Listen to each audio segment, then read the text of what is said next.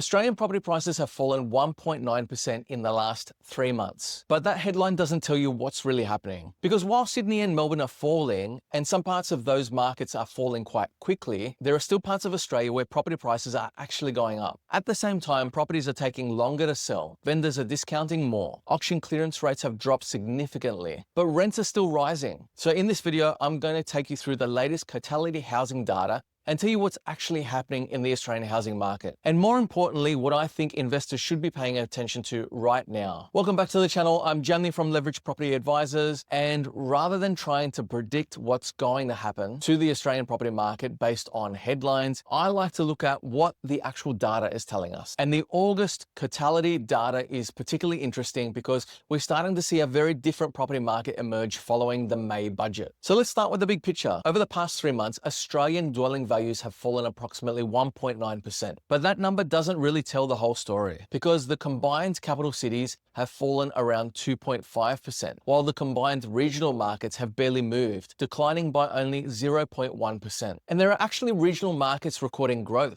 Regional South Australia, Tasmania, Western Australia, and the Northern Territory have continued to increase. Regional Queensland is essentially flat, and regional Victoria is also holding up relatively well. So immediately, there's an important point here. There isn't one Australian property market. What's happening in Sydney right now is very different from what's happening in regional Tasmania, regional South Australia, or regional Western Australia. And that becomes even more obvious when we zoom out to 12 months. Over the past 12 months, only 2 capital cities have recorded falling dwelling values. Sydney is down around 2%, and Melbourne is down around 2.8%. But I think the more interesting story is what happens when we break these markets down by price, because the weakness isn't evenly distributed. Sydney's upper quartile is essentially the most expensive 25% of the market. That's fallen around 5.2%. In Melbourne, the upper quartile is down around 4.6%, and even the middle of these markets is being affected. Sydney's middle segment is down around 3.4%, while Melbourne's is down around 2.8%. But look what's happening at the more affordable end of some of Australia's other capital cities. Brisbane's lower quartile is up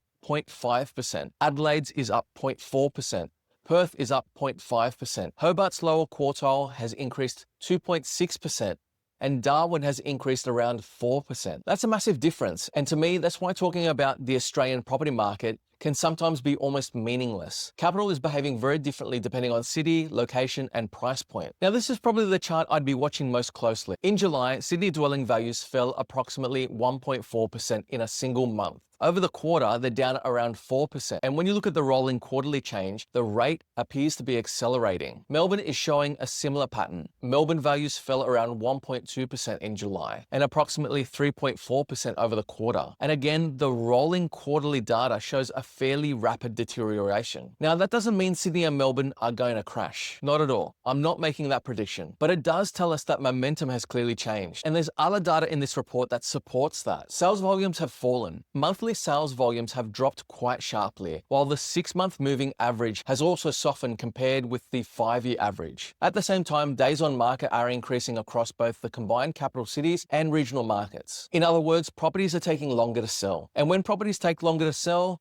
buyers generally start getting a little more negotiating power. We're seeing evidence of that as well. The average vendor discount rates have increased to approximately 3.9% across capital cities and 3.7% across regional Australia. So sellers are increasingly having to negotiate on the price to get transactions complete. But there's another interesting dynamic happening within the listings. New listings are actually relatively subdued. They're only around 1% higher than this time last year and approximately 7.1% below the 5-year average. Normally, you might expect fewer new listings to support prices, but total listings tell us something different. Total stock is approximately in line with the 5-year average, but around 14.9% higher than this time last year. So what's happening? Stock isn't necessarily flooding onto the market. It's accumulating. Properties are coming onto the market. They're taking longer to sell, and that's causing the total amount of property available for sale to increase. Sydney is a really interesting example in this case because new listings are down approximately 14.1% year on year, and yet total listings are around 14% higher. Think about what that means. Fewer Sydney homeowners are putting their properties on the market, but the amount of property sitting on the market has been increased. That's a very different environment from a market where buyers are fighting over limited stock. And we can see this weakness in auctions as well.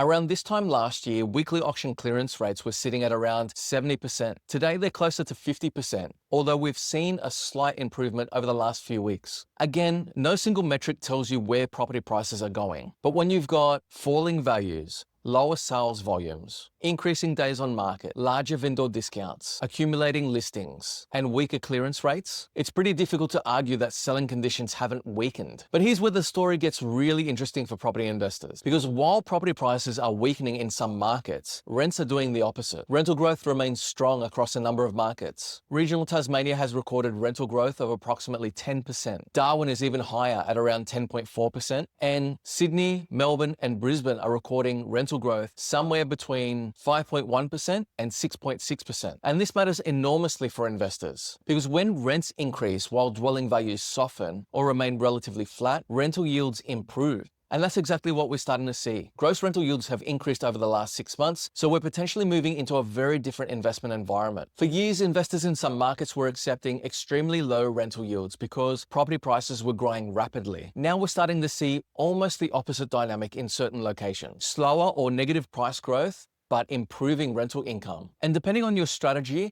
that can create opportunities. One of the other charts I'm watching closely is dwelling approvals. There's recently been a slight improvement. Over around the last 6 months, dwelling approvals have moved above the decade average. And we're also starting to see a small improvement in unit approvals, which is encouraging. But approvals don't equal completed houses. There's obviously a considerable lag between approving a dwelling and actually getting that property built and available to an owner or tenant. So this is something I'll continue watching rather than assuming Australia's housing shortage has suddenly been resolved. And despite everything that's happening, investors haven't disappeared. Investor lending has actually increased in a number of states, including Victoria, Queensland, and South Australia. Nationally, we're also seeing a slight increase in the proportion of lending being taken out by investors. And in most states and territories, investor lending remains above the 10-year average, with the being an exception. At the same time, the data available to March suggests first-home buyer lending has declined. This is another trend I'll be keeping an eye on over the coming months. So for me, there are 3 major takeaways from all this data. Number 1, stop treating Australia as one property market. Sydney's upper quartile falling more than 5% tells you almost nothing about what's happening to an affordable market in regional South Australia, Tasmania, or Western Australia. The difference between markets are becoming significant. Number 2, affordability matters. Some of the strongest performing segments in this data are towards the lower end of their respective markets. That's something investors should be paying very close attention to. And number 3, cash flow matters now more than ever. We're seeing rents increase and yields improve at the same time